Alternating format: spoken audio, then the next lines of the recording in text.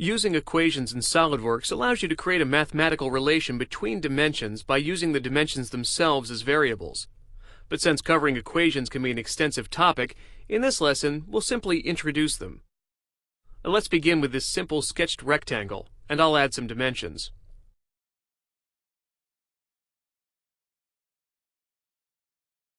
For the width, instead of specifying a dimension value, let's say I would rather control it using an equation. Now there's several ways to add an equation. One way is to use the drop-down menu under Tools, Equations.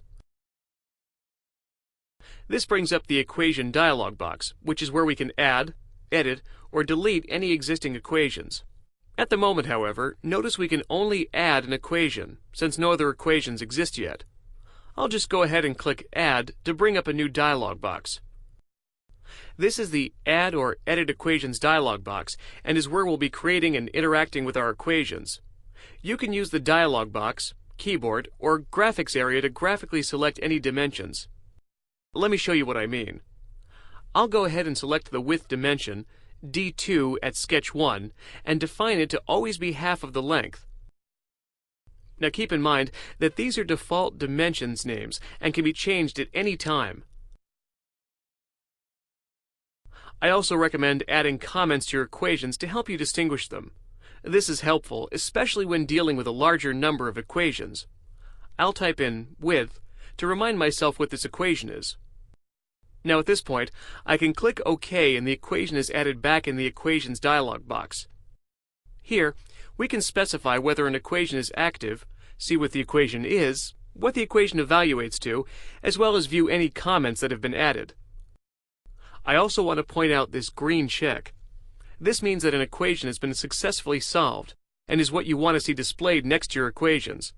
If the equation were to have an error, SOLIDWORKS would instead display a red exclamation mark instead of the green check. However, it looks like we're okay, so I'll just exit the dialog box. If we look back at the width dimension that was just defined, notice an equation symbol now appears next to it. And now, whenever the length is changed, the width automatically updates to be half its length. It's pretty cool, huh? Also, notice that if I try to change this dimension by double-clicking on it, SOLIDWORKS will not let me, since this is not a specified dimension value, but instead will give me options to delete or edit the equation. Let me continue with this example and exit the sketch. This time, instead of defining sketch dimensions, we're going to add an equation to a feature dimension.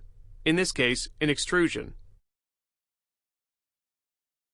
With the extrusion complete, we can launch the Equations dialog box. Now, as I mentioned before, there are several ways to do this. Besides the drop-down menu, we can also go under the Feature Manager tree and right-click on the Equations folder. However, keep in mind that this folder will only appear once an equation has already been added. You can also add an equation when modifying an existing dimension. All you have to do is double-click on a dimension and use the drop-down list to Add Equation. By using this method, notice the Add Equation dialog box appears automatically.